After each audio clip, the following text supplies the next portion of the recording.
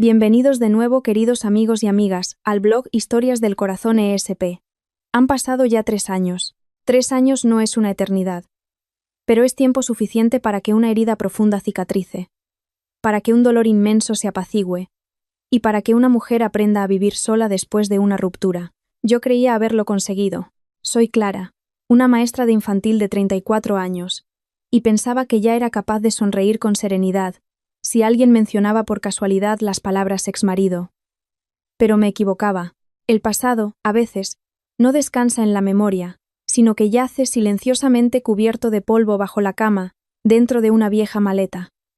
Solo espera a que un día lo toques, para estallar en 1000 pedazos. Aquel día era un fin de semana.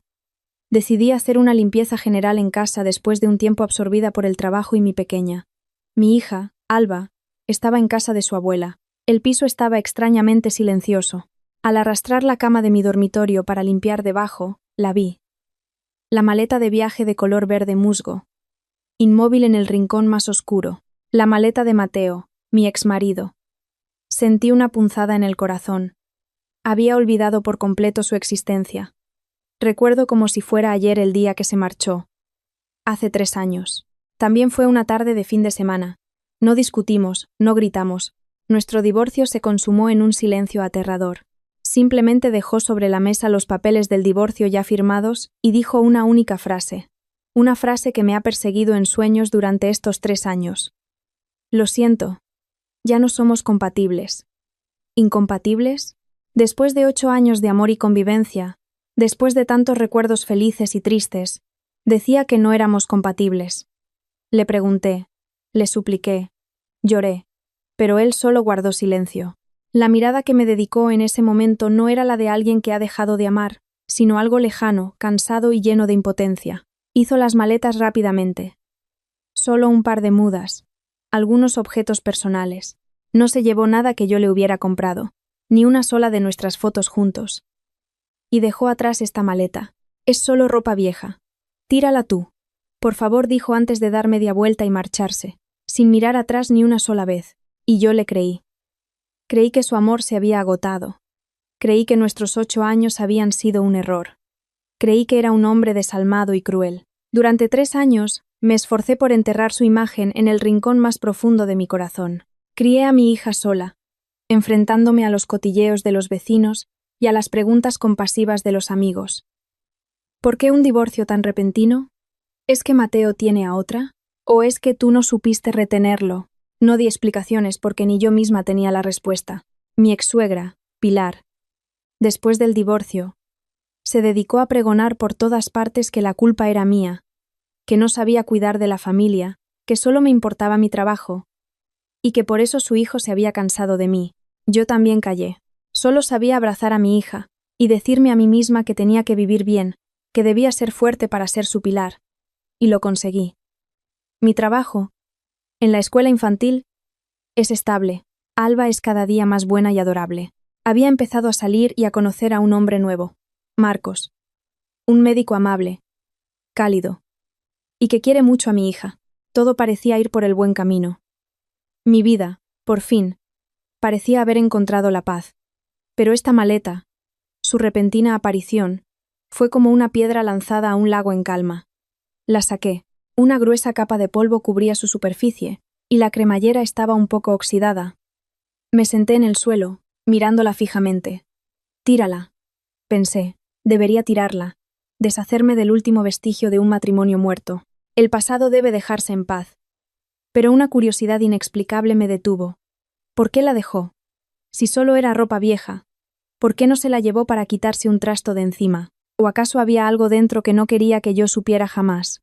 Dudé. La razón me decía que parara, que la arrojara al contenedor y me olvidara, pero una parte de mi corazón, que aún albergaba una pregunta dolorosa, quería encontrar una explicación para su repentina marcha. Finalmente, la curiosidad venció. Respiré hondo y usé una horquilla para forzar la vieja cerradura. Con un clic, la tapa se abrió. Un olor a naftalina, un aroma familiar, invadió la habitación. El olor del pasado, de los días en que todavía era la mujer de Mateo. Me había preparado para encontrar un montón de ropa vieja, camisas que ya no usaba, vaqueros descoloridos. Pensé que los recogería con calma, los metería en una bolsa de basura y daría por zanjado el asunto. Pero no. Lo que apareció ante mis ojos no era ropa.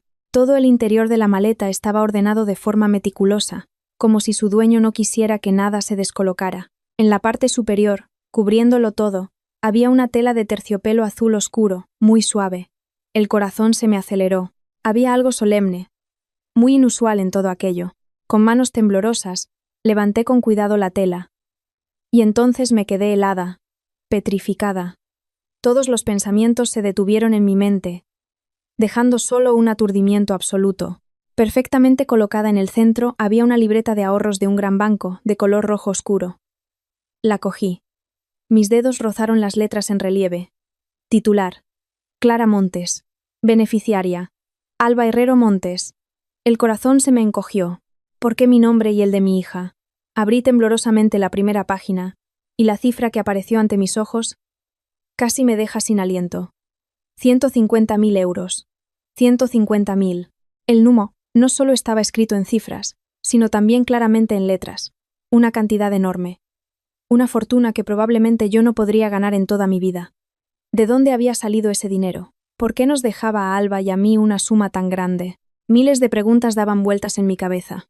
¿Era una compensación o una limosna? Mi primer sentimiento no fue de alegría, sino de ofensa. Creía que 150.000 euros podían borrar el dolor, compensar su fría partida, pero entonces vi lo que había debajo. Junto a la libreta de ahorros había un diario con tapas de cuero marrón oscuro, de aspecto muy antiguo. Lo reconocí. Era el diario que le había regalado en nuestro 5º aniversario, antes incluso de casarnos. Él había dicho que lo usaría para escribir los momentos más bonitos de nuestra vida juntos, pero durante todos los años que vivimos juntos, nunca le vi escribir ni una sola palabra en él. Pensé que lo había tirado hacía mucho tiempo. ¿Por qué estaba aquí ahora? Debajo del diario había un dossier de color azul claro, cuidadosamente grapado. En la portada no ponía nada, pero parecía un historial médico. Mi corazón, una vez más, se desbocó. ¿El historial de quién? Y por último, en el fondo del todo, había un fajo de láminas de dibujo de tamaño A3, atadas con una cinta de seda azul. Las abrí con delicadeza. Eran dibujos a carboncillo. Y todos retrataban a la misma persona. A mí. Yo sonriendo, leyendo un libro, cocinando, durmiendo. Los dibujos estaban hechos con prisa. El trazo era tembloroso, y muchos estaban sin terminar. Pero la mirada de la mujer en los retratos estaba plasmada de una forma increíblemente viva y llena de afecto. Era la mirada que yo ya no veía en Mateo durante los últimos años de nuestro matrimonio. Me dejé caer al suelo, con la mente en blanco. La libreta de ahorros, el diario, el historial médico y los dibujos. Ninguna de estas cosas parecía tener relación entre sí, pero su presencia conjunta en esta maleta creaba un misterio inexplicable. Un Mateo insensible y frío, que había dicho ya no somos compatibles. Podía haberme dibujado en secreto. Podía dejarnos a mí y a mi hija toda una fortuna. Un hombre sano, que nunca se había quejado de ninguna dolencia. ¿Por qué tendría un historial médico guardado con tanto esmero? Y aquel diario, ¿qué habría escrito en él? Las palabras de amor de antaño o frases de rencor del presente. Me sentí como si estuviera ante una puerta secreta, una puerta que conducía a una verdad que nunca había conocido. La ira inicial se desvaneció, dando paso a la confusión y a una curiosidad devoradora. Sabía que la respuesta a todo, la respuesta a los 3 años de preguntas dolorosas, probablemente se encontraba en aquel diario de tapas de cuero marrón oscuro. Respiré hondo, y con manos temblorosas, abrí la primera página. Las primeras palabras que aparecieron hicieron que mi mundo, una vez más, se viniera abajo. La primera página del diario no contenía las románticas palabras de los inicios de nuestra relación. Estaba fechada en un día de invierno de hacía 4 años, apenas unos meses antes de que Mateo empezara a cambiar, antes de que su frialdad comenzara. Su caligrafía, normalmente audaz y enérgica, se veía ahora algo temblorosa y torpe. Día, mes, año. Hoy he recibido los resultados. Con el informe en la mano, el mundo se me ha derrumbado. El médico dice que es la verdad. La enfermedad de mi padre es hereditaria. Huntington. Un nombre extraño, pero que es una sentencia de muerte anunciada. Degeneración neuronal, pérdida del control motor, pérdida de la memoria, Y finalmente, la pérdida de uno mismo. No he llorado, pero por dentro siento un dolor peor que 1000 puñaladas. ¿Por qué yo? ¿Por qué ahora, cuando lo tengo todo? Tengo a Clara, una familia feliz, un futuro brillante por delante. Ahora, todo se ha convertido en un camino cuesta abajo hacia la oscuridad. Leí hasta ahí, completamente helada. Huntington. Busqué rápidamente en mi teléfono. La información que apareció me dejó sin fuerzas. Una enfermedad genética rara que causa la degeneración progresiva de las células nerviosas del cerebro. Los síntomas suelen comenzar en la mediana edad e incluyen problemas de movimiento, cognitivos y psiquiátricos. La enfermedad no tiene cura y conduce inevitablemente a la muerte. Recordé al padre de Mateo. Había fallecido hacía muchos años. Mi suegra solo me dijo que sufría de demencia senil, que se le olvidaban las cosas y le temblaban las manos. Nunca imaginé que fuera una enfermedad hereditaria tan terrible. Con manos temblorosas pasé a la página siguiente. Día, mes, año. Le he mentido a Clara. Le he dicho que me voy de viaje de trabajo, pero en realidad he estado en el hospital toda la semana haciéndome pruebas. Cada día tengo que fingir alegría al llamarla a casa. Oír su voz clara y dulce me destroza por dentro. ¿Cómo puedo contarle esta verdad? ¿Cómo puedo obligarla a cargar con un futuro sin mañana junto a mí? Ella merece ser feliz. Una felicidad completa. No tener que cuidar de un inválido. No puedo ser tan egoísta. Las lágrimas comenzaron a caer, emborronando las palabras.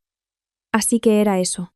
Los repentinos viajes de trabajo, las veces que llegaba tarde con la excusa de reuniones, todo eran mentiras. Él, en solitario, se había enfrentado en secreto a la sentencia del destino. Seguí pasando páginas. Día, mes, año. Hoy he empezado mi plan. Un plan única, pero quizá la única salida. Tengo que conseguir que Clara me odie. Tengo que hacer que ella quiera dejarme por su propia voluntad. He olvidado a propósito nuestro aniversario. He visto la decepción en sus ojos. Su desilusión. Me ha dolido como si me apuñalaran. Pero tengo que hacerlo. Tengo que convertirme en un insensible, en un mal marido. Solo así, cuando me vaya, no sufrirá tanto. Solo así podrá empezar una nueva vida. Rompí a llorar desconsoladamente. Así que era eso. La frialdad, la indiferencia, los olvidos, todo. Todo había sido una obra de teatro, una torpe farsa que él había intentado representar solo para alejarme. Recordé las veces que le había reprochado. Has cambiado. Ya no me quieres. Cada una de mis palabras en aquel entonces debió de ser como un cuchillo, hundiéndose en su corazón sangrante. Llegué a las últimas páginas, escritas justo antes de nuestro divorcio. La letra se había vuelto mucho más temblorosa, con manchas borrosas, quizá por las lágrimas. Día, mes, año. La mano me empieza a temblar. A veces olvido lo que iba a hacer. Los primeros síntomas han llegado, más rápido de lo que pensaba. No me queda mucho tiempo. Mañana le daré a Clara los papeles del divorcio. He ensayado la frase. Ya no somos compatibles cientos de veces frente al espejo. Pero tengo miedo. Miedo de que, al enfrentarme a su mirada, no sea capaz de pronunciarla. Clara, lo siento. Te quiero más que a nada en este mundo. Pero precisamente porque te quiero. No puedo permitir que entierres tu vida junto a un despojo como yo. Ódiame. Detéstame y olvídame. Encuentra a otro hombre, uno que pueda darte la felicidad. Te he dejado un poco, solo un poco, de lo que he podido ahorrar. Considéralo la última responsabilidad de un marido, de un padre. Úsalo para cuidar de Alba y para empezar de nuevo. ¿Vale, mi amor? El diario terminaba ahí. Hundí la cabeza, abrazando el diario, y lloré sin poder parar. El dolor, el arrepentimiento, la compasión, todo se mezcló, desgarrándome el alma. Durante 3 años, había vivido con rencor, creyendo que era la víctima de un matrimonio sin amor. Pero la verdad era que el que más había sufrido, el que más se había sacrificado, había sido él. Él había elegido cargar con todo solo. Eligió convertirse en el villano a mis ojos, solo para que yo pudiera ser libre, para que tuviera un futuro mejor. Mateo. El marido que yo creía insensible, resultó ser el hombre que me amaba con un amor tan sublime y doloroso. Temblorosa. Cogí el historial médico. Página tras página. Los resultados de los análisis. Los diagnósticos de los médicos. Todo confirmaba una verdad innegable. Mi Mateo Se estaba muriendo poco a poco, consumiéndose en soledad, y yo, durante 3 años, no había sabido nada. Yo había vivido, había reído, había empezado una nueva relación, mientras él luchaba solo contra el demonio de la enfermedad. Me sentí terrible, egoísta. Tenía que encontrarlo, tenía que estar a su lado, aunque solo fuera en sus últimos días. Tras las páginas del diario empapadas en lágrimas, abrí temblorosamente el historial médico de color azul claro. Lo que hacía unos minutos era solo un fajo de papeles inertes en el fondo de la maleta. Ahora pesaba como plomo en mi conciencia ya destrozada. Cada palabra, cada término médico, me aplastaba. El dossier no era grueso, apenas unas 20 páginas, pero contenía la cruel sentencia que el destino le había reservado a Mateo. La primera página era el resultado del test genético, realizado en un gran hospital privado de Sevilla. Las palabras positivo para el gen de la enfermedad de Huntington estaban impresas en negrita y en un rojo que parecía una mancha de sangre imborrable. Debajo, una explicación detallada sobre la enfermedad, con términos que tuve que leer varias veces para entender. La enfermedad de Huntington es un trastorno hereditario que provoca la degeneración progresiva de las células nerviosas del cerebro. Los síntomas suelen aparecer entre los 30 y los 50 años e incluyen problemas de movimiento involuntario, corea, deterioro cognitivo, pérdida de memoria, dificultad para tomar decisiones, y problemas psiquiátricos. Depresión, irritabilidad. La enfermedad no tiene cura, y la esperanza de vida media tras la aparición de los síntomas es de unos 15 a 20 años. 15 a 20 años, susurré, con el corazón encogido. El análisis se había realizado hacía 4 años. 4 años. Él había cargado solo con esta sentencia de muerte suspendida durante 4 largos años, sin que yo supiera nada. Pasé a las páginas siguientes. Eran los resultados de resonancias magnéticas cerebrales. Gráficos de seguimiento de la función neurológica. No entendía del todo aquellas imágenes complejas, pero podía leer las conclusiones del médico al final de cada página. Las imágenes muestran signos de atrofia cerebral temprana en la región del núcleo caudado y el córtex frontal. La función cognitiva comienza a mostrar un ligero deterioro. Se recomienda seguimiento periódico cada 3 meses e iniciar terapia psicológica para preparar la fase progresiva de la enfermedad. Cada línea era como una aguja clavándose en mi conciencia. Recordé que, efectivamente, por aquella época, él empezó a comportarse de forma extraña. Se volvió olvidadizo. Se olvidaba de apagar las luces, de dónde dejaba las llaves del coche. Se olvidó incluso de mi cumpleaños, algo que nunca antes le había pasado. Yo me enfadé, le regañé, pensé que era un insensible, que ya no le importaba, pero no sabía que no era indiferencia, sino los primeros signos del demonio de la enfermedad devorando su cerebro. Recordé las veces que de repente se mostraba irritable sin motivo, y luego se quedaba en silencio, fumando en el balcón toda la noche. Pensé que era el estrés del trabajo, que algo me ocultaba. Intenté preguntarle, pero él solo apartaba la mano. No preguntes más, Clara. Estoy cansado. Yo me sentí ofendida. Creí que ya no quería compartir sus problemas conmigo, pero no sabía que detrás de esa irritabilidad podían estar los episodios de depresión, la impotencia y el miedo absoluto de un hombre que sabe que está perdiendo el control de sí mismo. Y entonces llegué a la última página del historial. Era una hoja escrita a mano, no por un médico, sino por el propio Mateo. La letra era temblorosa y desigual. Ya no tenía la fuerza y la confianza de antes. Era una especie de testamento corto, una lista de tareas que se había escrito a sí mismo, cosas que hacer antes de olvidar, dejar suficiente dinero para Clara y Alba, asegurarme de que puedan vivir bien sin mí, hacer que Clara me odie. Tengo que hacerle creer que soy un miserable para que pueda marcharse sin dudar y encontrar una nueva felicidad. No puedo ablandarme. Bajo ningún concepto, encontrar un lugar muy lejano, un sitio donde nadie sepa quién soy, para morir solo. No quiero que Clara vea mi estado de decadencia. Dibujar. Tengo que dibujar mucho. Dibujar todos los recuerdos bonitos de Clara, de Alba, para que cuando ya no recuerde nada, al menos queden estos dibujos. Hundí la cabeza en el historial y lloré sin consuelo. Su sacrificio era demasiado grande, demasiado cruel, no solo para él sino también para mí. Había diseñado un plan perfecto para desaparecer de mi vida. Se había autoasignado el papel de villano solo para que yo pudiera ser libre. Me había arrebatado el derecho a estar a su lado, a cuidarlo, a luchar con él en los momentos más difíciles. Había subestimado mi amor. Pensó que lo abandonaría al enfermar. No me dio ninguna oportunidad para demostrarle lo contrario. La pérdida, el arrepentimiento y un atisbo de rabia se mezclaron, dejándome sin aire. Volví a mirar la libreta de ahorros. 150.000 euros. Ya no era un insulto, ni una limosna. Era amor. Era responsabilidad. Era la preparación meticulosa y desgarradora de Mateo. Durante los últimos años probablemente no había dejado de trabajar, de ahorrar cada céntimo, solo para poder dejarnos a mi hija y a mí una seguridad. Y los dibujos eran su única forma de aferrarse a mi imagen, a los recuerdos felices, antes de que la terrible enfermedad los borrara por completo. Abracé la pila de dibujos contra mi pecho. Podía sentir su dolor, su soledad y su amor infinito en cada trazo. Mateo, mi marido, no era un insensible. Era el hombre más tonto y más noble que había conocido en mi vida.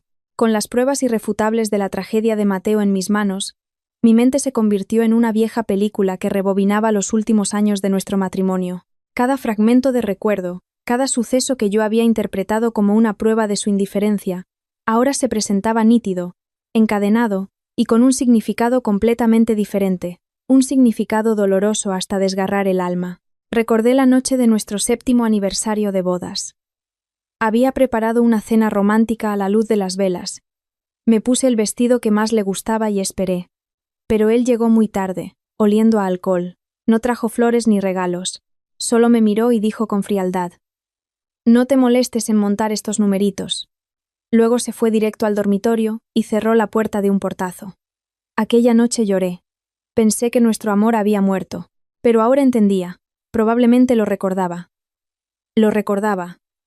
Y por eso no se atrevió a volver a casa pronto. Tenía miedo de enfrentarse a mí. Miedo de no poder contenerse. Miedo de romper el cruel plan que había trazado. Eligió emborracharse.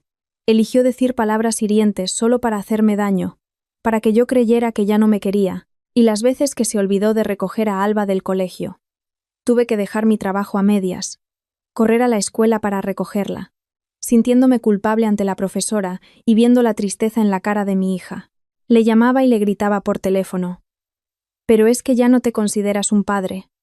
Él solo guardaba silencio y pedía un perdón casi inaudible. Pensé que era un padre irresponsable, pero quizá para entonces la enfermedad ya había empezado a afectar su memoria. No se olvidó a propósito, simplemente no pudo recordarlo. Y su silencio no era indiferencia, sino la impotencia y la vergüenza de un padre que no podía cumplir con su deber. Recordé las noches que trabajaba hasta tarde y no volvía a casa. Decía que estaba ocupado con un proyecto, que tenía reuniones con socios. Sospeché. Pensé que tenía a otra. Una vez revisé su teléfono a escondidas, pero no encontré nada. Me consolé pensando que eran paranoias mías.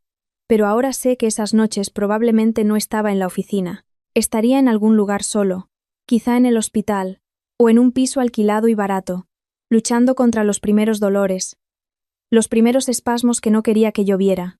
Eligió huir, no de mí, sino de su propia enfermedad, para protegerme de esa imagen aterradora.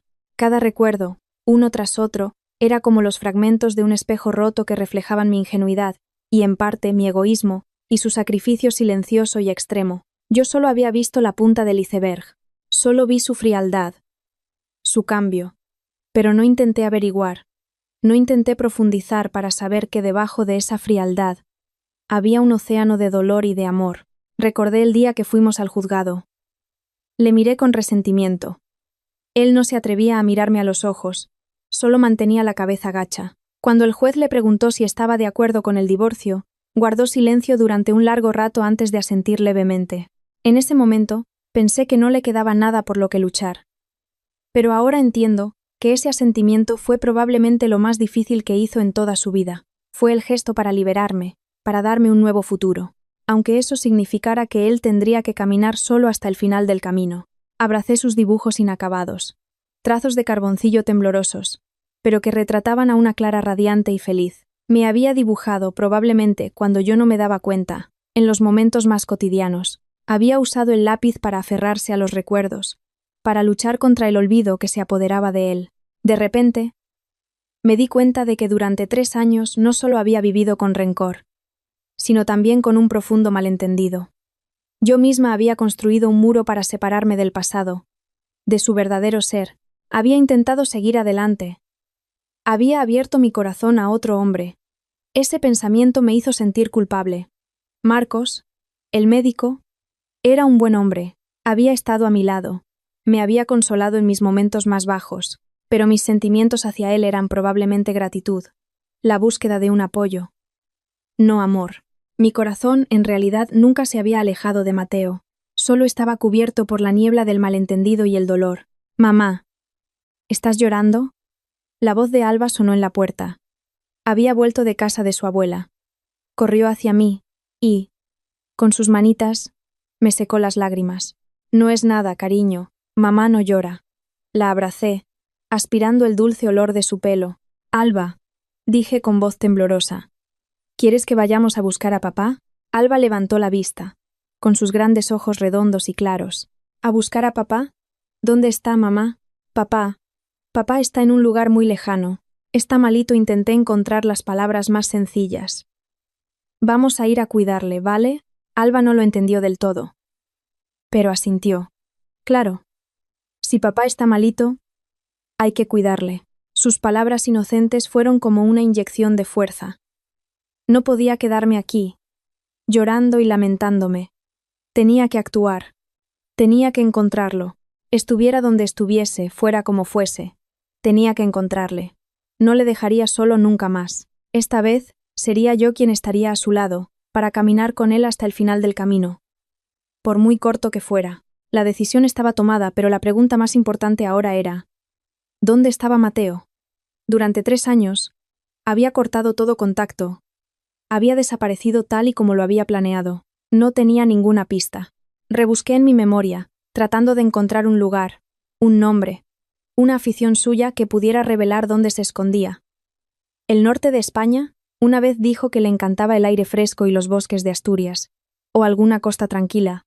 También le encantaba pintar marinas. Todo era demasiado vago. Pero de repente recordé a una persona, la única que podría saber dónde estaba Mateo, su madre, Pilar. Por mucho que quisiera cortar con el mundo, estaba segura de que no podría cortar con su propia madre, y probablemente ella también era parte de este plan. A la mañana siguiente dejé a Alba en casa de mis padres. Dije que tenía un asunto familiar importante que resolver. Luego conduje directamente a la casa que una vez había llamado hogar. La casa parecía ahora más vacía y fría. El pequeño jardín que yo solía cuidar estaba cubierto de malas hierbas. Llamé al timbre. Un buen rato después, Pilar abrió la puerta. Al verme, se quedó petrificada, con los ojos muy abiertos, llenos de sorpresa y un poco de pánico. «Clara, ¿qué haces aquí?», tartamudeó. Su voz ya no tenía la aspereza de antes. En 3 años, había envejecido notablemente. Su pelo estaba mucho más canoso, y las arrugas de su frente eran más profundas. «Necesito hablar con usted», Pilar, dije, con voz tranquila pero firme. Sin esperar a que me invitara, entré. El interior estaba igual, pero carecía de la calidez de un hogar. Todo estaba cubierto por una fina capa de polvo. «Pasa. Siéntate», dijo Pilar, cerrando la puerta con torpeza. Fue a la cocina a por un vaso de agua, con las manos temblorosas. ¿Qué ocurre?» No toqué el agua. Dejé la pequeña maleta que había traído sobre la mesa. No la abrí de inmediato. Solo la miré directamente a los ojos. Una mirada profunda, que no le permitía escapar. «Usted sabía lo de la enfermedad de Mateo, ¿verdad?», dije. Mi pregunta fue como una flecha directa a su punto más débil. Pilar palideció. El vaso de agua en su mano se tambaleó, a punto de derramarse. «¿Qué dices?» «Mateo está perfectamente, no tiene ninguna enfermedad». Intentó negarlo, pero el pánico en sus ojos la delató. No dije nada más. Simplemente, abrí la maleta en silencio. Puse sobre la mesa, justo delante de ella, el diario, el historial médico y los dibujos. «¿Y esto qué es, entonces?» Pilar, al ver aquellos objetos, se quedó como una estatua de piedra. Miró el diario, luego el historial. Sus labios se movían pero no emitían ningún sonido. Sabía que todas sus mentiras y su ocultación ya no tenían sentido. Finalmente, se desplomó en la silla, cubriéndose la cara con las manos. Sus hombros delgados se sacudieron. Rompió a llorar, un llanto desconsolado, ahogado, el de una madre que ha tenido que cargar con un secreto demasiado grande y doloroso. Sí, dijo entre sollozos. Lo sabía todo. Levantó la vista, con el rostro bañado en lágrimas. El día que recibió los resultados, me lo contó. Se arrodilló y me suplicó que guardara el secreto. Dijo que no quería arruinarte la vida, que prefería morir antes que verte sufrir cuidándole. Me quedé sentada, escuchando en silencio, con un nudo en el corazón. Así que, usted le ayudó, ¿verdad? Pilar asintió, con la voz llena de arrepentimiento. Le ayudé. Hice el papel de la suegra malvada y quisquillosa. Te busqué las vueltas. Te critiqué. Te dije cosas horribles.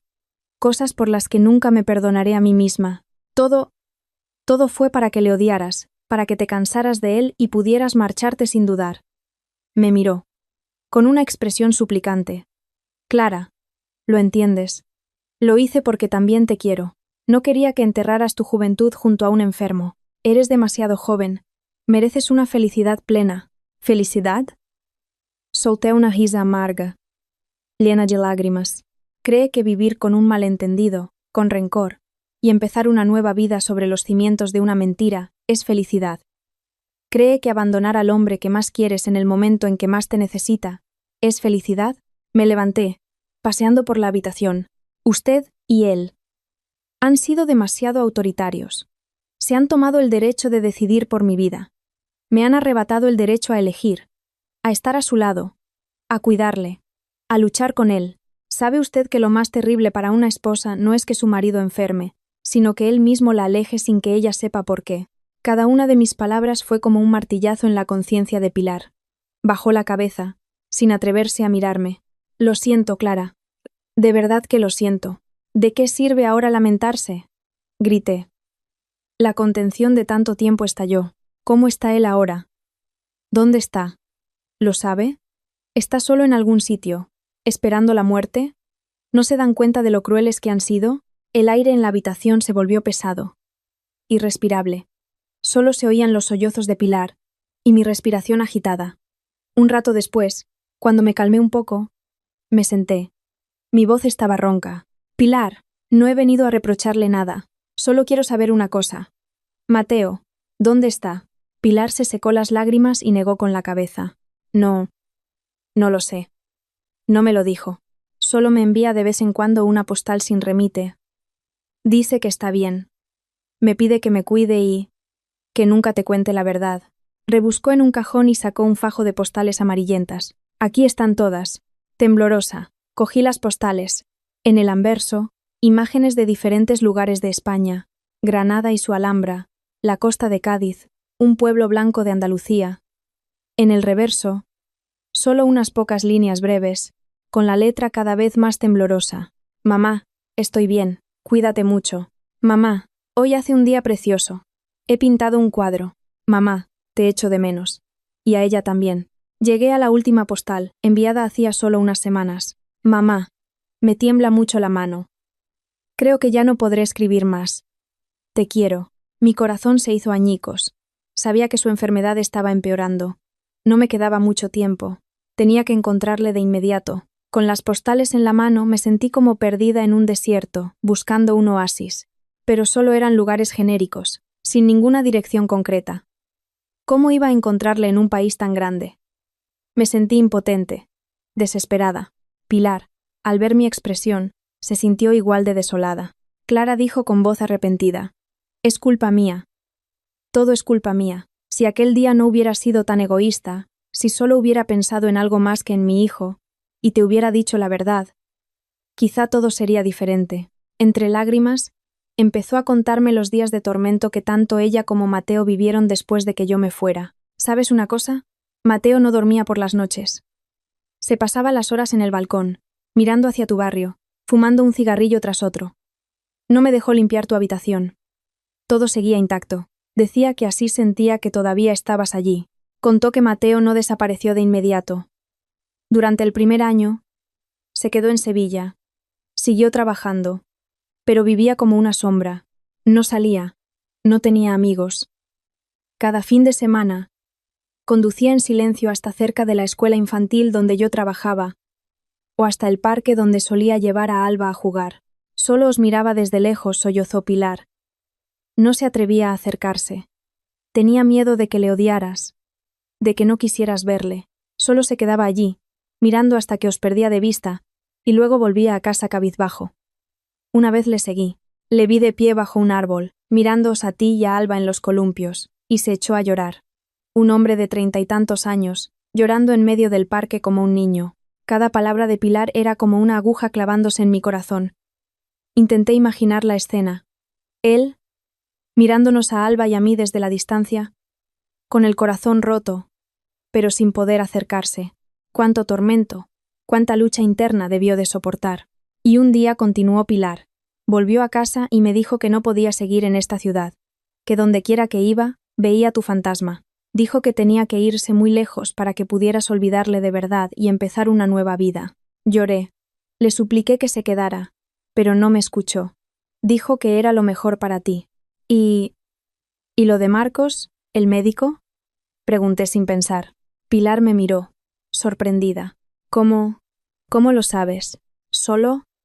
Lo intuía, mentí. No quería que supiera que había empezado una nueva relación. Solo le causaría más remordimiento. Mateo se enteró de lo tuyo con el médico, suspiró Pilar. Os vio juntos una noche. Volvió a casa muy borracho. Me dijo, parece que ya ha encontrado la felicidad. Ya puedo irme tranquilo. Me quedé helada. Así que su marcha también se debió, en parte, a que pensaba que yo ya había encontrado un nuevo amor. Eligió retirarse en silencio, para no ser un obstáculo en mi felicidad. Mateo, qué tonto eres. Tonto hasta la crueldad. Clara. Pilar me cogió la mano, que estaba helada. Lo siento, fui demasiado egoísta, demasiado cruel contigo. Pensé que estaba protegiendo a mi hijo, dándote una salida, pero me equivoqué. Te arrebaté el derecho a amar y le robé a Mateo sus últimos días al lado de la persona que más quería. Soy una mala madre. Las dos mujeres, suegra y nuera, ya no teníamos ninguna barrera entre nosotras. Compartíamos el mismo dolor, el mismo arrepentimiento. Lloramos juntas, por un hombre que estaba en algún lugar, solo, luchando contra la enfermedad y la soledad. Lloramos por un amor hermoso, roto por los malentendidos y el sacrificio ciego. Después de un largo rato, cuando ambas nos calmamos, miré las postales sobre la mesa. Pilar, tengo que encontrarle, dije con firmeza. No puedo dejarle solo nunca más. Pilar asintió, secándose las lágrimas. Pero ¿dónde le buscamos? Cogí la postal de un paisaje de montaña, de los picos de Europa. Creo que sé por dónde empezar. Recordé algo que había escrito en su diario. Ojalá pudiera tener una pequeña cabaña de madera junto a un lago. Solo sentarme cada día a dibujar a Clara y ver el atardecer. Eso sería el paraíso. El norte de España tiene muchos lagos, pero estaba segura de que le encontraría.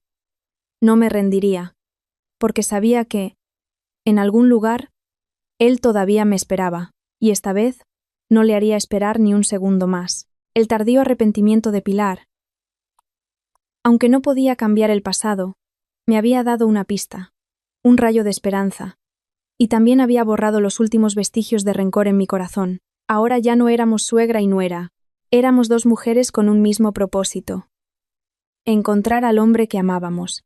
La confesión de Pilar, aunque tardía, encendió en mí una llama, una determinación ardiente. Tenía que encontrar a Mateo. No podía dejarle caminar solo y a tientas hacia el final del camino, en soledad y enfermedad. Las postales sin remite, las frases cortas, eran piezas sueltas de un puzle misterioso. Pero había una pieza, un detalle que se repetía en mi mente: el norte, la montaña, la imagen de los bosques de hayas, los lagos de aguas tranquilas y, sobre todo, la frase de su diario: ojalá pudiera tener una pequeña cabaña de madera junto a un lago. Estaba convencida de que no era un sueño pasajero, sino una obsesión, el refugio que había elegido para su alma. Y mi viaje comenzaría allí. No podía marcharme sin más. Tenía a Alba, mi trabajo en la escuela. Necesitaba un plan. Pedí una semana de permiso, alegando un asunto familiar importante en mi pueblo. Dejé a Alba con mis padres, mintiéndoles y diciéndoles que tenía que asistir a un curso de formación. Ver a mi pequeña despedirse de mí con la mano me rompió el corazón. Lo siento, mi vida. Será solo por un tiempo. Luego mamá y tú volveremos a estar juntas. le prometí en silencio. Antes de irme, pasé por casa de Pilar. Me dio los pocos ahorros que le quedaban. Clara, coge esto para el viaje. No puedo ayudarte mucho más. Solo rezar por vosotros. No lo rechacé, porque sabía que en ese dinero iba todo su corazón. Solo le cogí la mano. Cuídese, Pilar. Le traeré de vuelta. El autobús nocturno me sacó de la ruidosa y cálmida Sevilla, en dirección a la verde y montañosa cornisa cantábrica. Durante todo el viaje, no pegué ojo. Releía el diario de Mateo una y otra vez, buscando cualquier pista, por pequeña que fuera. Pero no había nada más. Solo su dolor y su amor silencioso, plasmados en cada página. Llegué a un pequeño pueblo de Cantabria, cerca de los picos de Europa, una mañana temprano, cuando el valle aún estaba cubierto por un velo de niebla. El aire fresco y húmedo me hizo estremecer. Alquilé una habitación en una pequeña posada. Dejé el equipaje y comencé la búsqueda de inmediato. La zona era inmensa, llena de valles y senderos. Buscar a una persona sin una dirección concreta era como buscar una aguja en un pajar. Pero tenía una fe ciega en que él estaba allí, en algún lugar cerca de aquellos lagos de montaña. Empecé por los lugares más conocidos de la comarca. Alquilé un coche y recorrí las carreteras que serpenteaban por los valles. Me detuve en cada cafetería, en cada pequeña galería de arte, en cada tienda de recuerdos. Enseñaba la foto de Mateo a todo el que me encontraba. Perdone, ¿ha visto a este hombre por aquí? Es pintor. Le gusta mucho dibujar. Pero la respuesta era siempre la misma. Una negación con la cabeza. Me miraban. A una mujer con ojos ansiosos, con compasión. Alguien incluso me aconsejó amablemente: «Señora, por aquí pasan muchos turistas y artistas. Encontrar a alguien así es muy difícil». No me desanimé. Recorrí los pueblos más emblemáticos.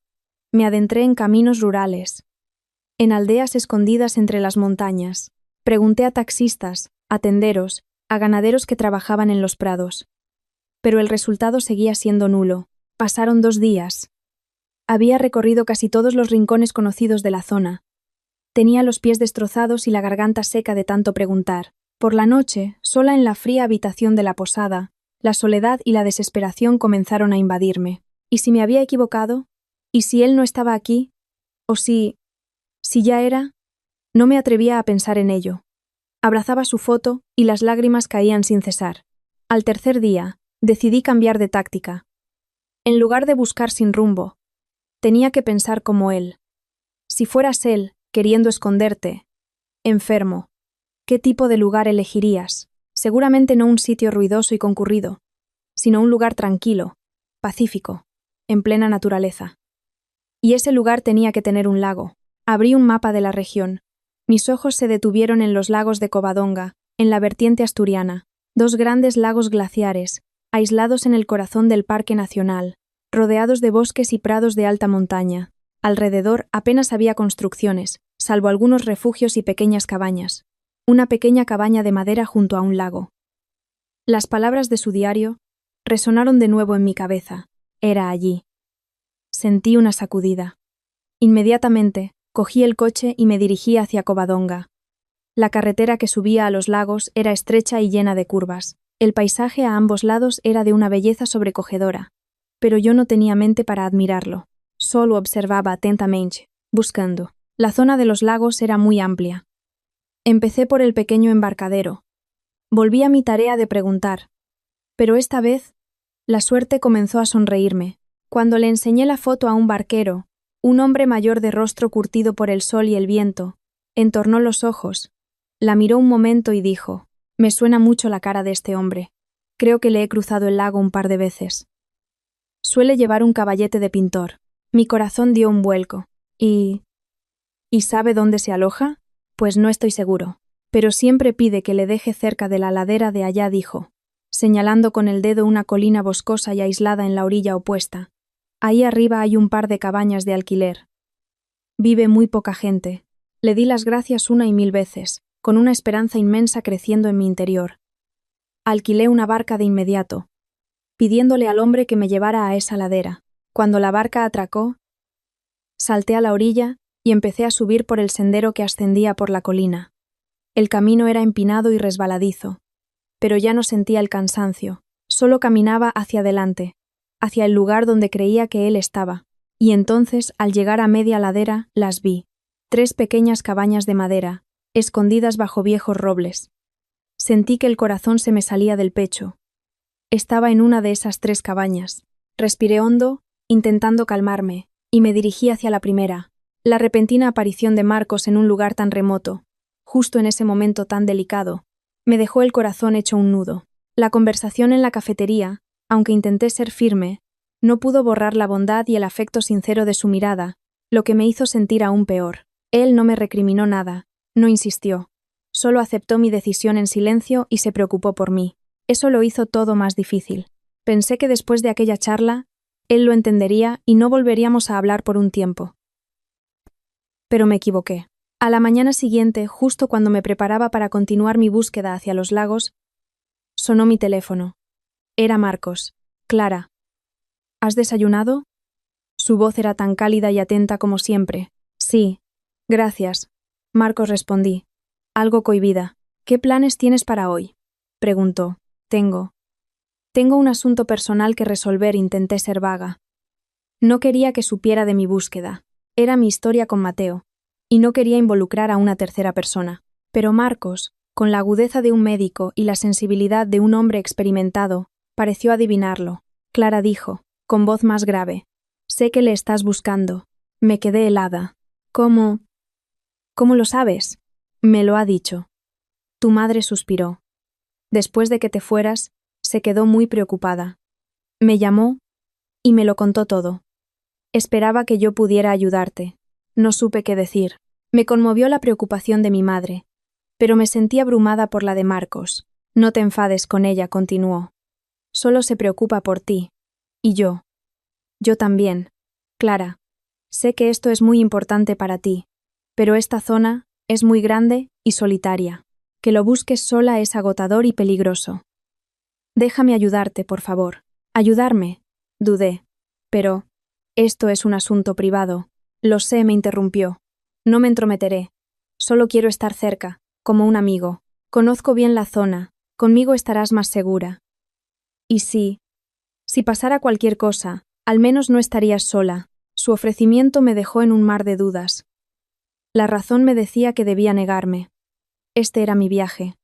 La presencia de Marcos lo complicaría todo.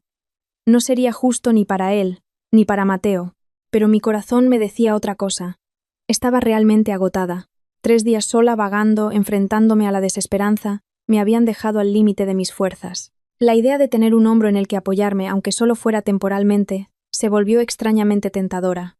Necesito tiempo para pensarlo, fue lo único que pude responder. De acuerdo. No te presionaré, dijo Marcos. Estoy en el vestíbulo del parador. Si me necesitas, llámame cuando quieras. Colgó, dejándome sola con mis emociones revueltas. Me senté en la cama, mirando por la ventana. El sol de la montaña era brillante, pero mi corazón estaba gris. ¿Qué debía hacer? Aceptar la ayuda de Marcos significaba darle una esperanza que sabía que no podía corresponder, pero rechazarla significaba apartar a una persona de buen corazón y continuar mi viaje en solitario. Pasé toda la mañana pensando. Recordé las veces que Marcos me había escuchado llorar pacientemente, las veces que había jugado con Alba, las cenas cálidas que nos había preparado. Es un buen hombre, el tipo de hombre que cualquier mujer desearía. Pero entonces la imagen de Mateo, delgado, frágil, con su mirada dolorida en la cabaña de madera, volvió a mi mente. No podía traicionar su amor y su sacrificio. Finalmente tomé una decisión. Llamé a Marcos. Marcos, te agradezco tu amabilidad, pero creo que debo recorrer este camino sola. Es algo que tengo que hacer por él, y por mí misma. Hubo un silencio al otro lado de la línea. Luego oí a Marcos suspirar. Lo entiendo, Clara. Respeto tu decisión, pero prométeme que tendrás cuidado. Y si pasa cualquier cosa, por pequeña que sea, llámame de inmediato. ¿Me lo prometes? Te lo prometo, dije, con un nudo en la garganta. Gracias por todo. Aquella conversación, aunque fue un rechazo, me alivió. Sabía que, eligiera lo que eligiera, había alguien dispuesto a ayudarme si lo necesitaba. Eso me dio fuerzas. Ya no me sentía tan sola. Por la tarde me dirigí hacia los lagos. Esta vez, mi estado de ánimo era diferente. Ya no estaba perdida. Tenía un objetivo claro y una fe inquebrantable. Creía que le encontraría, y también creía que tenía la fuerza para enfrentarme a lo que viniera después. Cuando aparqué al pie de la colina, levanté la vista hacia las cabañas que se adivinaban entre los árboles. Ya no tenía miedo. Solo sentía un impulso, una conexión invisible. Sabía que él estaba allí arriba, esperándome, y yo iba a su encuentro. Mi viaje para encontrar a mi exmarido ya no era solo una búsqueda, sino un enfrentamiento. Un enfrentamiento con el pasado, con el presente y con las complejas emociones de mi propio corazón. Después de casi media hora luchando con la cuesta, las 3 cabañas de madera aparecieron por fin ante mis ojos. Acurrucadas en la ladera, mirando al lago, parecían viejas, sencillas, integradas en la naturaleza de forma rústica. Apagué el motor del coche y respiré hondo para calmarme. Me acerqué a la primera cabaña y llamé suavemente a la puerta de madera descolorida. Un momento después, un anciano de pelo blanco y rostro amable abrió. «¿A quién busca, señorita?» «Buenas tardes», dije, respetuosa. «Disculpe la molestia. Estoy buscando a un conocido. Es pintor. Puede que esté alquilando una casa por aquí. Tengo una foto suya». Temblorosa, le enseñé la foto de Mateo. El anciano entornó los ojos y negó con la cabeza. «No, a este muchacho no le he visto. Aquí solo vivimos yo y un chico joven que está en la última cabaña». «¿La última cabaña?» Mi corazón dio un vuelco. «¿Y cómo es él?» «Sale muy poco. Parece que no está muy bien de salud. Se pasa el día en casa, pintando o algo así», dijo el anciano, señalando hacia la cabaña que se ocultaba tras un macizo de escobas en flor. Le di las gracias efusivamente y casi corrí hacia allí. Cada paso que daba parecía marcar el ritmo de mi corazón. La última cabaña parecía aún más vieja que las otras 2, con el tejado cubierto de musgo.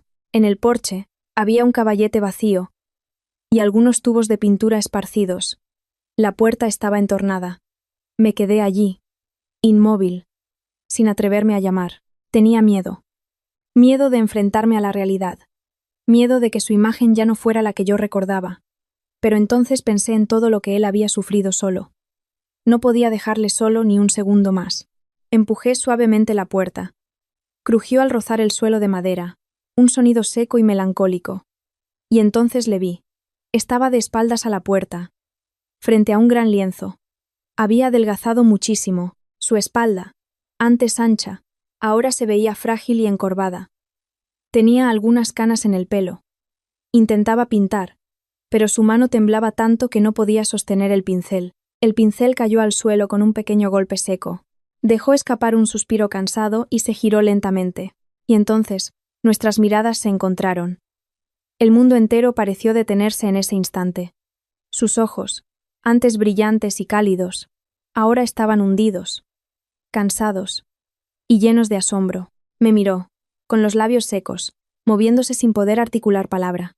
«Clara», consiguió decir por fin. Su voz era ronca y débil, como un susurro del viento. No pude contener más las lágrimas, que brotaron como un torrente. No pude decir nada. Solo corría a abrazar su cuerpo delgado y frágil. Te he encontrado, Mateo». Él también me abrazó con fuerza, como si temiera que todo fuera un sueño, que yo fuera a desvanecerme. Podía sentir su cuerpo temblar, sentir sus lágrimas calientes mojando mi hombro. Nos quedamos allí, abrazados, llorando en la pequeña cabaña de madera, en medio del silencioso bosque. El dolor, el rencor, el malentendido de 3 años, todo se disolvió en el abrazo del reencuentro. Solo quedaba el amor y una compasión infinita. «¿Cómo me has encontrado?» Se apartó, secándome las lágrimas, con su mano temblorosa. «Te he buscado por todas partes», dije, ahogada por la emoción. «Ya lo sé todo. Lo de la enfermedad, el diario, la razón por la que me dejaste». Se quedó paralizado, con los ojos muy abiertos, llenos de pánico y vergüenza. «¿Lo has visto todo?» Retrocedió un paso, como queriendo huir. «No me mires. Doy pena». No avancé y le cogí la mano con fuerza. «No das pena. Eres el hombre más tonto y más noble que he conocido. ¿Por qué lo hiciste? ¿Por qué cargaste con todo tú solo? ¿Sabes cómo he vivido estos 3 años? Llena de odio y de dolor». Él bajó la cabeza, con la voz llena de arrepentimiento. Lo siento, Clara. Solo quería que fueras feliz. Mi felicidad es estar contigo. Grité, y las lágrimas volvieron a brotar. Me da igual cómo estés. Me da igual el futuro. Solo te necesito a ti. Levantó la vista, con los ojos enrojecidos. Pero no puedo. Seré una carga para ti, para Alba. Negué con la cabeza. Puse su mano sobre mi corazón, donde todavía sentía su calor. No eres una carga. Eres mi marido. El padre de nuestra hija. Somos una familia. Y la familia está para estar unida. Para superar juntas todas las dificultades. Le hablé de Alba, de lo mucho que había crecido, de lo lista y adorable que era.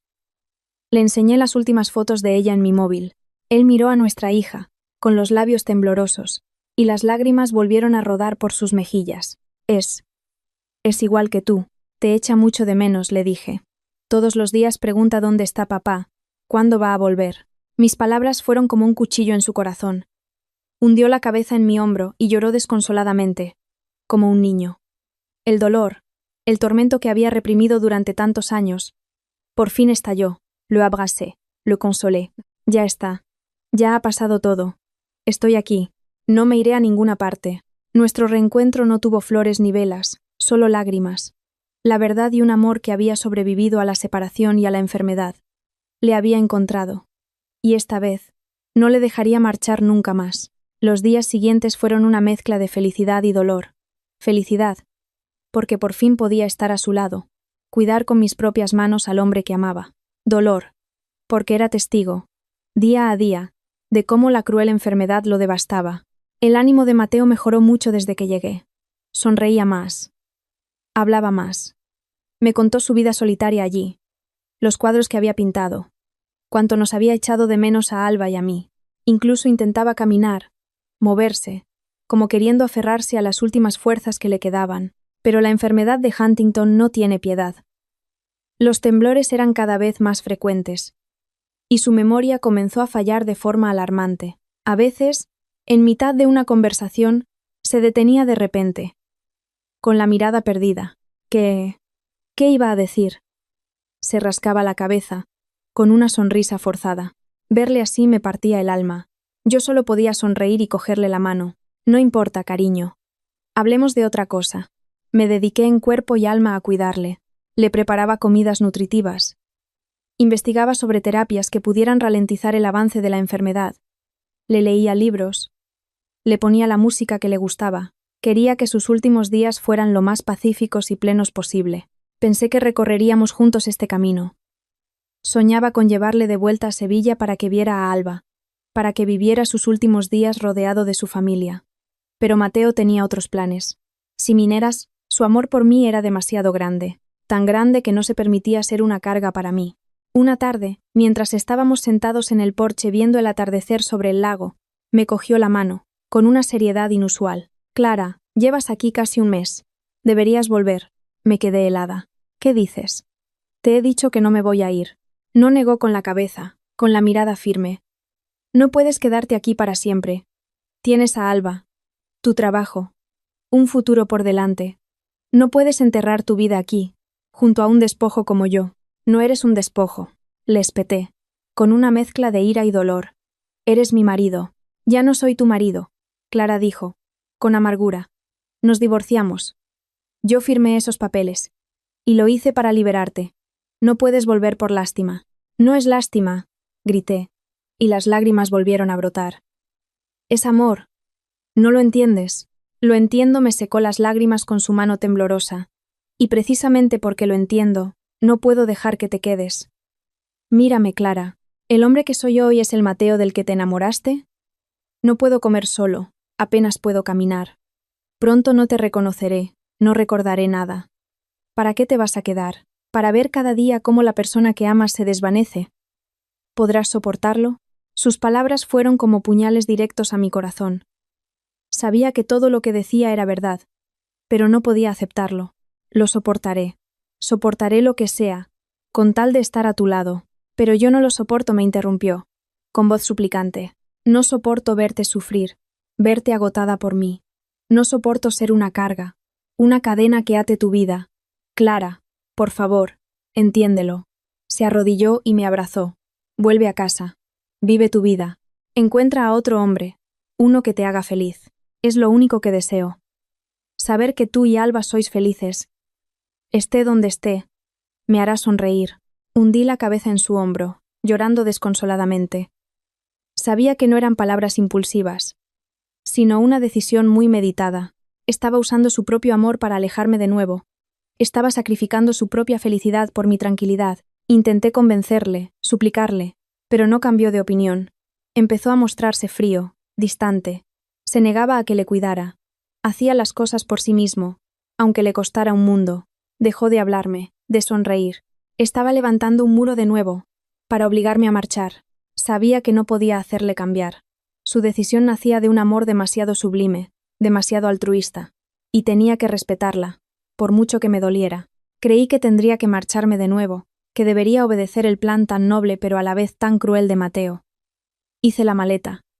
Compré un billete de autobús para volver a Sevilla. La última noche me senté sola en el porche de la cabaña, mirando el lago, tan quieto como un espejo que reflejaba miles de estrellas. El viento frío de la montaña, con su olor a pino y a tierra húmeda, se colaba en mis huesos, haciendo que mi corazón se sintiera aún más vacío. Me pregunté si marcharme era realmente lo mejor para los dos. Respetar su decisión significaba dejarle solo aquí, enfrentándose a la devastación de la enfermedad, o era solo cobardía, una forma de huir del dolor de ver cómo la persona que amaba se desvanecía. Recordé sus palabras. No soporto verte sufrir. Pero él no sabía que mi mayor sufrimiento no era cuidarle, sino no poder estar a su lado.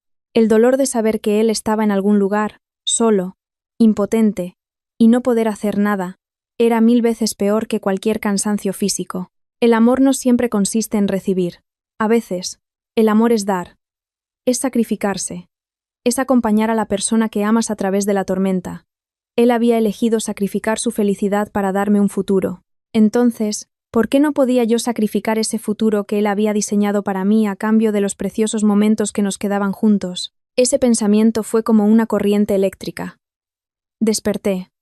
No podía irme. No podía abandonarle otra vez. Le había perdido una vez por un malentendido. No podía perderle una segunda vez por debilidad. A la mañana siguiente, cuando Mateo se despertó, me encontró sentada a su lado, con una sonrisa tranquila. La maleta que había hecho el día anterior estaba de nuevo en un rincón. ¿No te has ido?, preguntó, sorprendido, con una mezcla de alegría y preocupación. No me voy a ninguna parte, dije con firmeza. Me quedo aquí. Clara, ya te he dicho. Intentó protestar, pero le puse un dedo en los labios. Shh. Escúchame. Le miré directamente a los ojos, ya no con súplica, sino con una calma inquebrantable.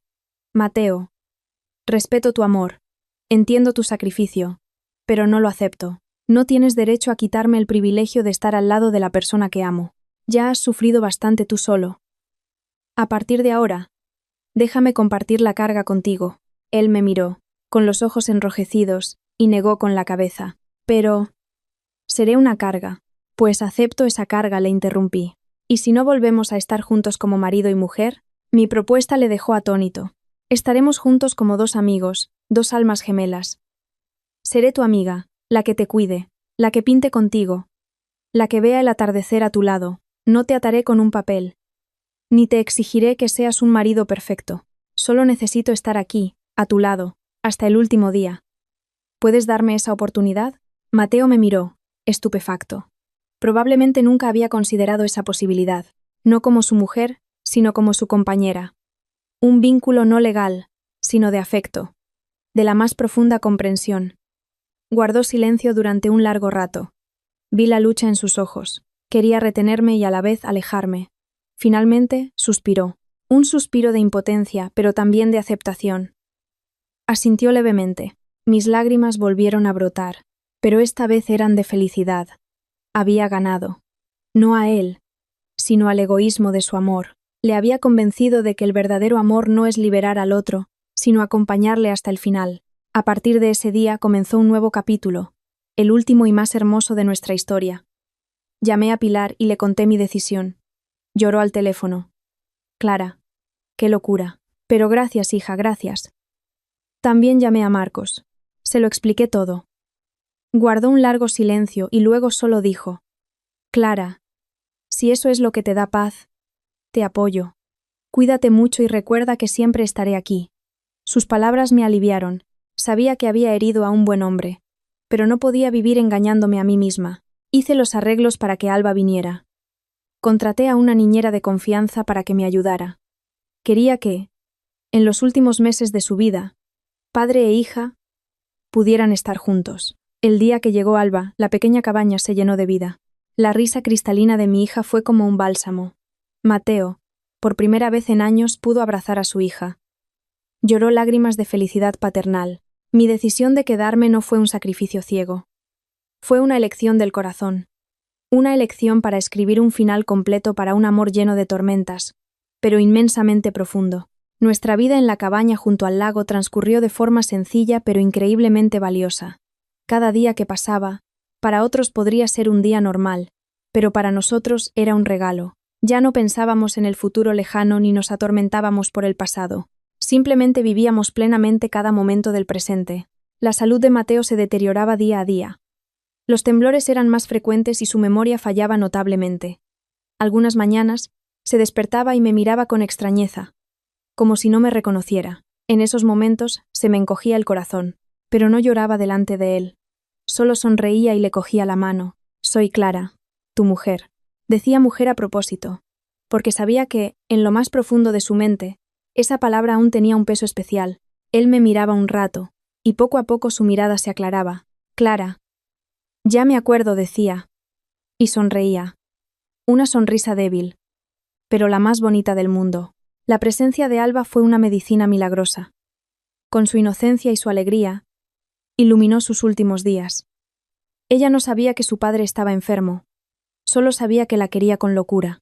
Cada tarde, yo ayudaba a Mateo a sentarse en el porche, y veíamos a Alba jugar en el jardín improvisado. La niña cogía flores silvestres, corría a ponérmelas en el pelo, y luego iba a darle un beso en la mejilla a su padre.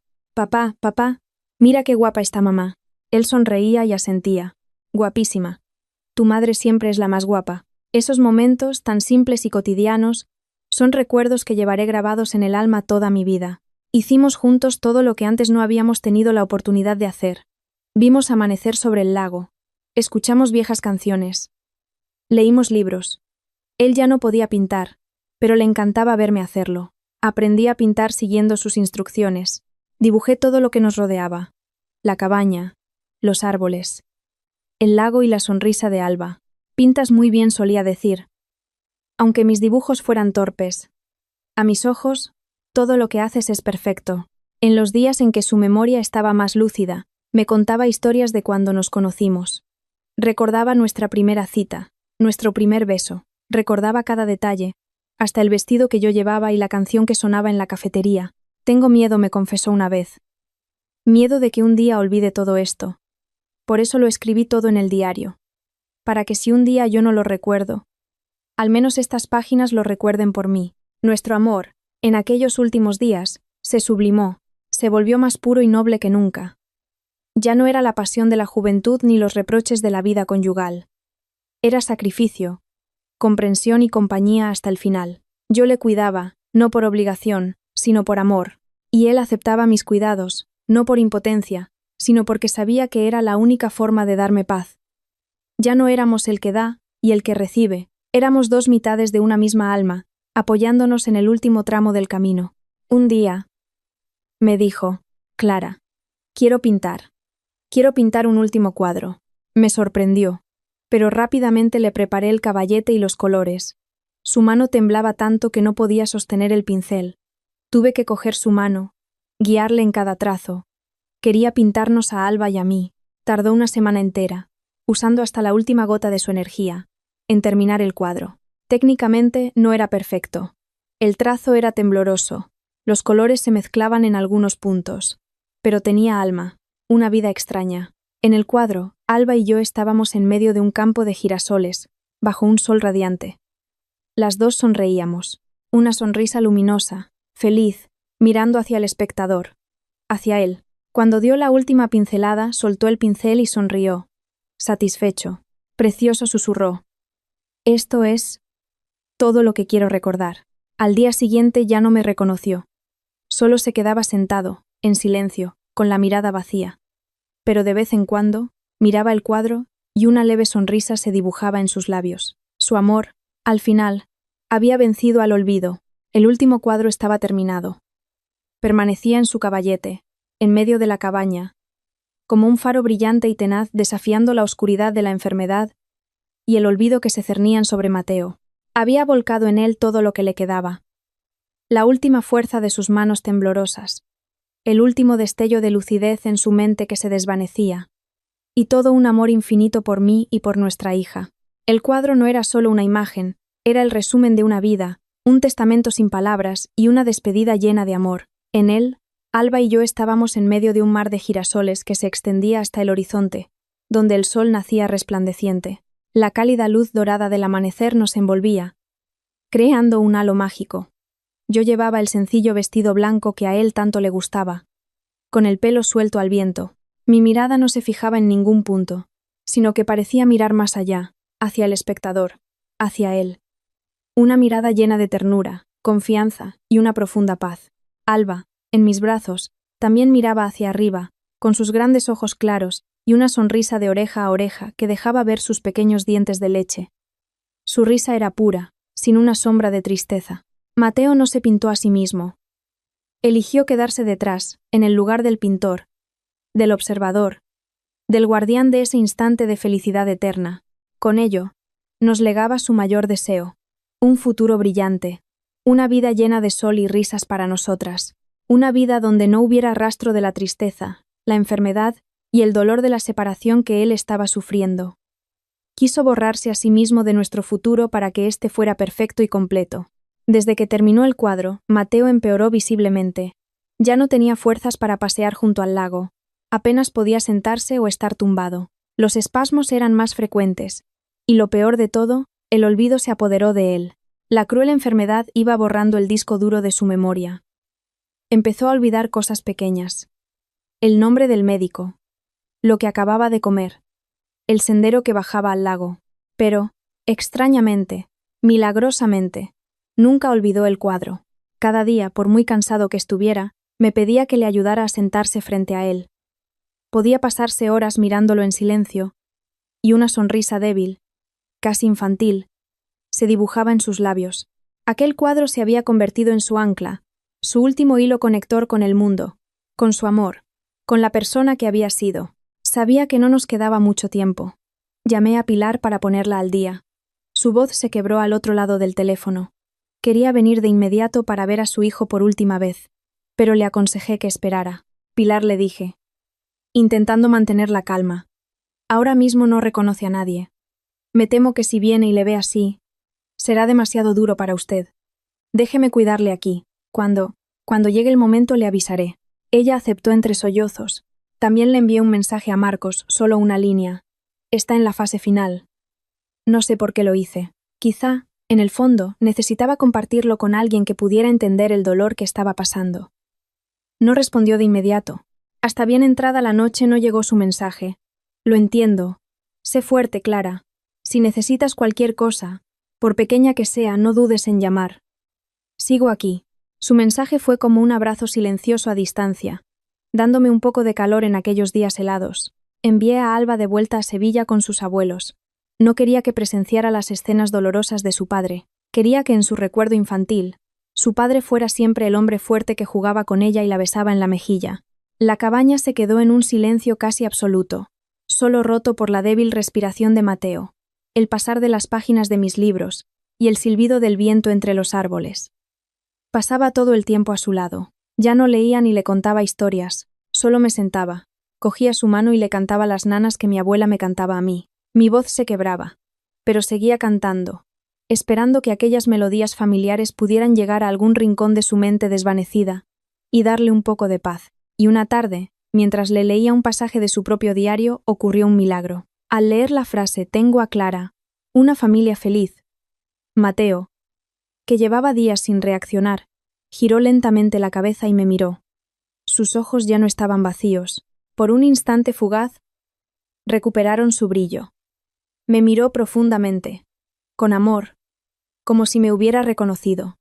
Sus labios se movieron. Clara. Susurró. Un sonido tan débil como el viento, pero lo oí. Lo oí perfectamente. Mi corazón estalló. Me incliné y lo abracé. Estoy aquí, Mateo, mi amor. Estoy aquí. No dijo nada más. Su mirada se volvió a apagar lentamente, volviendo al vacío, pero ese breve instante fue suficiente. Supe que, aunque la memoria se hubiera ido, el amor seguía allí, en el lugar más profundo del alma. Y ninguna enfermedad podría borrarlo jamás. Su último cuadro no era solo una obra de arte colgada en la pared. Era un legado vivo. El testimonio de un amor que había vencido incluso al olvido. Había cumplido su misión. Preservar lo más hermoso de una persona antes de que la noche eterna cayera. Mateo se fue una madrugada de principios de invierno, cuando los primeros rayos de sol intentaban débilmente atravesar la espesa niebla para calentar la tierra. Se fue en paz, mientras dormía, en la cama de nuestra cabaña de madera, conmigo y con sus recuerdos más hermosos a su lado. Cuando me desperté y sentí su mano fría en la mía, no grité, ni entré en pánico. Me quedé sentada en silencio, apoyando mi mejilla en su mano, intentando retener el último ápice de calor. Las lágrimas caían silenciosamente, pero en mi interior sentía una extraña calma. Supe que por fin se había liberado. Liberado del dolor físico, del tormento de la enfermedad, del miedo al olvido. Se había ido a otro lugar, un lugar donde podría sonreír, pintar libremente y ser para siempre el Mateo fuerte y talentoso de antaño. Su funeral fue sencillo, en una pequeña ermita escondida en el bosque, tal y como había pedido en su diario. Quería ser incinerado, y que sus cenizas se esparcieran en el lago, donde nos habíamos reencontrado por última vez, donde nuestro amor había renacido. Pilar vino desde Sevilla. Estaba más delgada, con el pelo completamente blanco, pero parecía más serena. Al ver la foto de su hijo en el altar, no lloró, solo se quedó de pie, rezando en silencio durante un largo rato. Al terminar la ceremonia, se acercó a mí y me cogió la mano. Clara dijo con voz ronca: «No estoy triste. Me alegro por él. Por fin descansa, ya no sufre. Y te doy las gracias. Gracias por estar a su lado, por darle unos últimos días felices y plenos. Ci debo la vida». Yo solo negué con la cabeza. «No he hecho nada, Pilar. Solo lo que mi corazón me dictaba». Nos quedamos allí, las dos mujeres, suegra y nuera, que una vez tuvimos malentendidos y rencores, pero ahora, ante la pérdida del hombre que ambas amábamos, solo quedaba la compasión y un vacío compartido imposible de llenar. Alba era demasiado pequeña para entender la muerte. Solo veía a sus abuelos, a su abuela Pilar y a mí, todos vestidos de negro, con caras muy tristes. Me preguntó, confundida: «Mamá, ¿dónde está papá?» «No le veo». La abracé y señalé el cielo azul intenso sobre las montañas. «Papá se ha convertido en una estrella, cariño. La estrella más brillante del cielo. A partir de ahora, cada vez que eches de menos a papá, solo tienes que mirar al cielo. Él siempre estará ahí, cuidándonos». Alba levantó la vista, buscando con sus ojos claros. «¿Y esta noche vendrá a jugar conmigo?» «Claro que sí», sonreí entre lágrimas. «Todas las noches vendrá a verte en sueños». Después del funeral cumplí su último deseo. Remé sola hasta el centro del lago, llevando la urna con sus cenizas. La superficie del agua, quieta y cristalina, reflejaba el cielo azul. Lentamente, esparcí sus cenizas. El polvo blanco se fundió con el agua y desapareció, como si él hubiera vuelto a la tierra, a la naturaleza. «Adiós, mi amor», susurré. «Descansa en paz. Alba y yo estaremos bien». Volví a Sevilla, pero ya no me sentía vacía ni sola. Me traje todo lo que era suyo: el diario, los cuadros, la última carta, y lo más importante, su amor inmortal. Colgué su último cuadro en el lugar más destacado del salón. Cada día puedo ver nuestra sonrisa radiante y sentir su mirada amorosa siguiéndome, como un recordatorio, como una fuente de aliento. No me volví a casar con Marcos. Vino a visitarme un par de veces. Me ofreció su apoyo y su protección. Es un hombre maravilloso, el sueño de cualquier mujer, y le estoy profundamente agradecida, pero le rechacé con suavidad y firmeza. «Marcos», le dije, «mi corazón ya está lleno con la imagen de una persona. No hay sitio para nadie más. Puedo vivir sola. Puedo criar a mi hija, Solo deseo que encuentres a otra mujer que pueda darte la felicidad completa que yo no puedo ofrecerte. Él no insistió, solo sonrió, con un atisbo de tristeza pero con un profundo respeto. Lo entiendo, Clara. Siempre serás mi amiga. Si necesitas algo, no dudes en llamarme. Elegí vivir sola, dedicando todo mi tiempo y mi amor a criar a Alba, y a mantener vivo el recuerdo de Mateo en mi corazón. Algunos dicen que estoy loca, que estoy enterrando mi felicidad en el pasado, pero no lo entienden. Mi felicidad no es tener a un hombre a mi lado. Mi felicidad es vivir con los hermosos recuerdos de un amor pasado. Ver crecer a mi hija cada día, con la sonrisa y el talento de su padre, y hacer cosas con sentido. Con los 150.000 euros que Mateo me dejó, no me dediqué a lujos. Creé una pequeña fundación benéfica con su nombre. Fundación Esperanza Mateo, dedicada a ayudar económicamente a pacientes con la enfermedad de Huntington y sin recursos. No quería que su muerte fuera un punto final. Sería un nuevo comienzo, una esperanza para otros que luchan contra el mismo destino cruel. Mi vida transcurre así, en calma. Alba crece, es muy inteligente, y tiene un don especial para el dibujo. Igual que su padre, a veces se sienta frente al cuadro, lo señala y dice: «Mamá, veo a papá sonriéndome, y yo sonrío, con el corazón cálido. Sé que él sigue aquí, en esta casa, en el corazón de las dos. Nuestra historia, para muchos, puede ser una historia triste de separación, enfermedad y pérdida.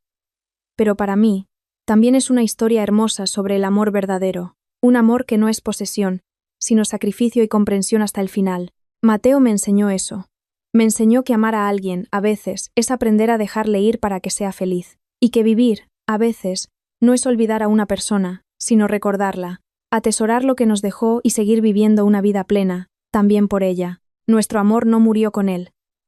Se hizo inmortal en sus cuadros, en mis recuerdos y en la vida misma de mi hija y mía. Cada día. Bienvenidos de nuevo, queridos amigos, al blog Historias del Atardecer. Así concluye el emotivo viaje de Clara en busca de su pasado, una vieja maleta, olvidada bajo una cama, que parecía contener solo ropa inservible. Reveló una tragedia. Una verdad desgarradora sobre un amor sublime hasta el extremo. Al escuchar la historia de Clara y Mateo, es imposible no sentir una oleada de emociones. Hay rabia y tristeza por los malentendidos que separaron a dos personas que se amaban. Hay admiración por el sacrificio silencioso del marido. Y hay una melancolía, una nostalgia por una felicidad que no pudo ser completa. Esta historia no es como las de traición o conflicto que solemos oír. Toca una fibra más profunda del amor y el sacrificio, y nos plantea grandes preguntas sobre cómo amamos, cómo afrontamos la adversidad y qué significa realmente la felicidad. Si miramos el matrimonio de Clara y Mateo en sus últimos años, lo que vemos al principio es una frialdad cruel, un marido indiferente que olvida aniversarios, que no recoge a su hija, que pronuncia palabras hirientes para poner fin a 8 años de matrimonio. Cualquier mujer en esa situación se sentiría herida, guardaría rencor, se consideraría la víctima de un amor desvanecido. Juzgamos con demasiada facilidad. Sacamos conclusiones precipitadas basándonos en lo que vemos en la superficie. Pero esta historia nos demuestra que, a veces, lo que vemos no es la verdad. Detrás de la indiferencia, puede haber un universo de sufrimiento. Detrás de la frialdad, un amor que grita en silencio. Mateo eligió un camino extremo, cruel no solo para Clara, sino para sí mismo. Creó una farsa. Se convirtió en el villano, solo para que la mujer que amaba le odiara y se marchara. ¿Por qué? ¿Acaso no confiaba en el amor de Clara? ¿Pensaba que le abandonaría? No lo creo. Creo que su acción nació de un amor tan inmenso, tan altruista, que rozaba el egoísmo. Amaba a Clara tanto que no quería que ella presenciara su decadencia. Amaba a Clara tanto que prefería sufrir él solo, a que ella enterrara su juventud junto a un hombre sin futuro. Se arrogó el derecho de decidir por la felicidad de ella, el derecho a sacrificarse. El sacrificio de Mateo es noble y admirable, pero también es una dura lección sobre la comunicación en el amor y el matrimonio. Esta historia es un recordatorio contundente de que el amor no es sufrir en solitario. El matrimonio no es que uno proteja y el otro sea protegido en la ignorancia. El matrimonio es compañía, y compañía significa compartir no solo las alegrías, sino también las penas, las dificultades, las cargas. Si aquel día Mateo hubiera tenido el valor de contar la verdad, de darle a Clara la oportunidad de elegir, ¿Qué habría pasado? ¿Le habría abandonado? Sin duda no. Su viaje posterior para encontrarle lo demuestra. Podrían haber tenido unos años más, cortos, pero plenos, juntos, luchando. No habrían desperdiciado 3 años viviendo en el malentendido y el tormento. Quizá muchos de nosotros, especialmente los hombres, somos como Mateo. Solemos cargar con todo el peso, ocultar nuestras dificultades y miedos, creyendo que así protegemos a las mujeres que amamos. Tememos preocuparlas, tememos ser una carga, pero olvidamos que la mujer que tenemos al lado no es tan frágil como pensamos. Es lo suficientemente fuerte para superar con nosotros cualquier tormenta, y a veces, lo que más necesita no es una vida materialmente cómoda, sino compartir, ser escuchada, sentirse una parte indispensable en la vida del otro, tanto en la felicidad como en el dolor. El silencio, aunque nazca de una buena intención, puede convertirse en un cuchillo que crea heridas y distancias insalvables. Por favor, nunca subestiméis la fuerza de la mujer que amáis. Dadle la oportunidad de estar a vuestro lado, de acompañaros. Ese es el verdadero respeto y el verdadero amor. Y la lección para Clara, y para todos nosotros, es no dejar que las heridas del pasado maten nuestra compasión y nuestra capacidad de amar. Tras 3 años de rencor, Clara podría haberse vuelto cínica. Al descubrir la verdad, podría haber elegido culpar a Mateo por haberla engañado, pero no lo hizo. Eligió comprender, perdonar y volver a amar. Su viaje para encontrar a Mateo no fue un acto de compasión, sino el viaje de un corazón que había sanado.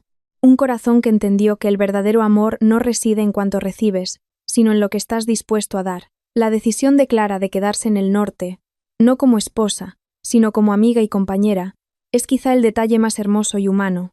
Nos muestra otra definición del amor. Un amor que no necesita el vínculo del matrimonio ni la posesión. Un amor que a veces es simplemente presencia. Estar al lado de la persona que quieres. Cuidarla. Y darle paz en sus últimos días. Es un amor que trasciende los prejuicios y los roles para volver a su esencia más pura. La empatía y el compartir. Muchos dirán que Clara fue una insensata. ¿Por qué renunciar a un futuro feliz con un buen hombre como Marcos para quedarse con alguien que se estaba muriendo? ¿Por qué elegir un camino de lágrimas en lugar de uno de rosas? Pero, queridos amigos, la felicidad no es igual para todos. Algunos la encuentran en la estabilidad, en una familia completa. Otros la encuentran en el sacrificio, en vivir plenamente su amor, por muy trágico que sea. Clara eligió el camino de su corazón, y estoy seguro de que no se arrepiente. Porque aquellos últimos días en la montaña, aunque melancólicos, fueron los días en que vivió de la forma más auténtica, en que amó de la forma más plena. Terminó junto a Mateo el último cuadro de su vida.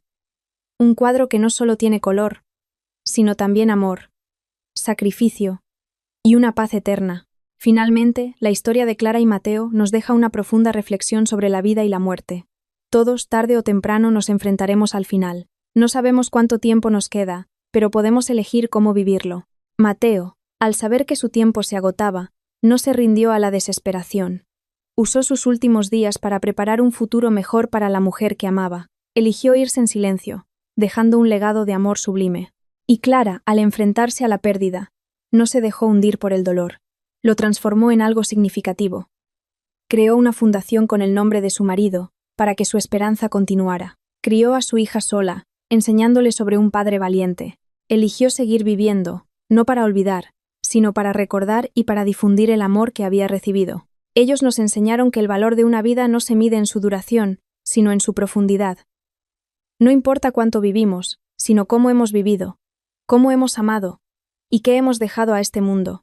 Queridos amigos, la vida no siempre es justa. Habrá adversidades, tragedias, que no podremos prever, pero la forma en que las afrontemos definirá quiénes somos. Podemos elegir el rencor y culpar al destino, o podemos elegir afrontar, comprender y encontrar un sentido incluso en el dolor. El amor es igual. No siempre es un camino recto. Habrá malentendidos, distancias, pero si es amor de verdad, siempre encontrará el camino de vuelta, ya sea en el reencuentro o en el recuerdo eterno. Por favor, valorad a quienes tenéis a vuestro lado. Decid te quiero mientras podáis.